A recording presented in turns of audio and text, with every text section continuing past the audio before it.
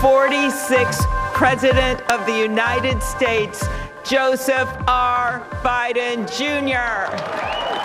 America has a new president. Welcome to the Morning Update. I'm Erin Ramsey. 78-year-old Joe Biden has taken the oath of office at the Capitol building in Washington, D.C., becoming the 46th American leader. I, Joseph Robinette Biden Jr., do solemnly swear that I will faithfully execute the office of President of the United States. Office of President of the United States. The United States also has its first female vice president, with Kamala Harris sworn in this morning. Around 1,000 people attended the ceremony, including former presidents Barack Obama, George W. Bush and Bill Clinton. Mr. Biden addressed the nation, acknowledging the job ahead. We'll press forward with speed and urgency, for we have much to do, much to repair, much to heal, much to build, and much to gain. Former President Donald Trump left Washington more than 3 hours before the inauguration ceremony. He was flown by helicopter from the White House to the Andrews Air Force Base, where he addressed supporters before flying to Florida on Air Force One. It is my greatest honor and privilege to have been your president. We will be back in some form. Have a good life. We will see you soon. Thank you. Thank you very much. His wife, Melania, also spoke briefly. Being your First Lady was my greatest honor. Thank you for your love and your support.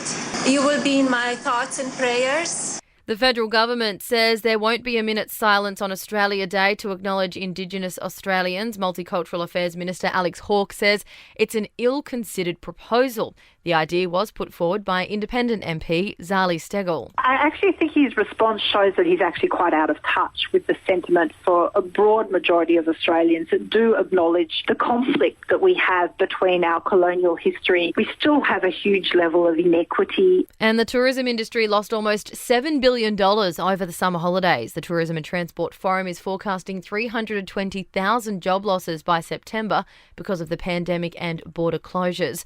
To sport now, and organisers of the Australian Open Tennis are defending the preferential treatment given to the world's top players who are quarantining in Adelaide instead of Melbourne. Tournament director Craig Tilley says it's just the nature of the business. In the Big Bash, the Renegades have beat the Stars by 5 wickets in Melbourne overnight, set 159 to win. The Renegades reached the target with 2 balls to spare for just their 3rd win of the season. And in the A-League, Perth Glory beat Adelaide United 5-3. Brisbane beat Newcastle 2-1. To entertainment, Jennifer Lopez has dropped a line from one of her iconic songs during her performance at the inauguration ceremony in Washington.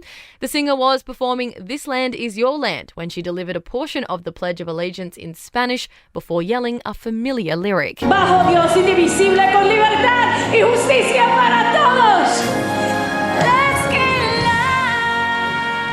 Lady Gaga performed the US national anthem at the ceremony. Chrissy Teigen has copped some slack online for attending the inauguration ceremony during the pandemic. Fans have expressed anger towards the star as she shared videos of her husband John Legend, and their 2 kids packing the car and heading to DC.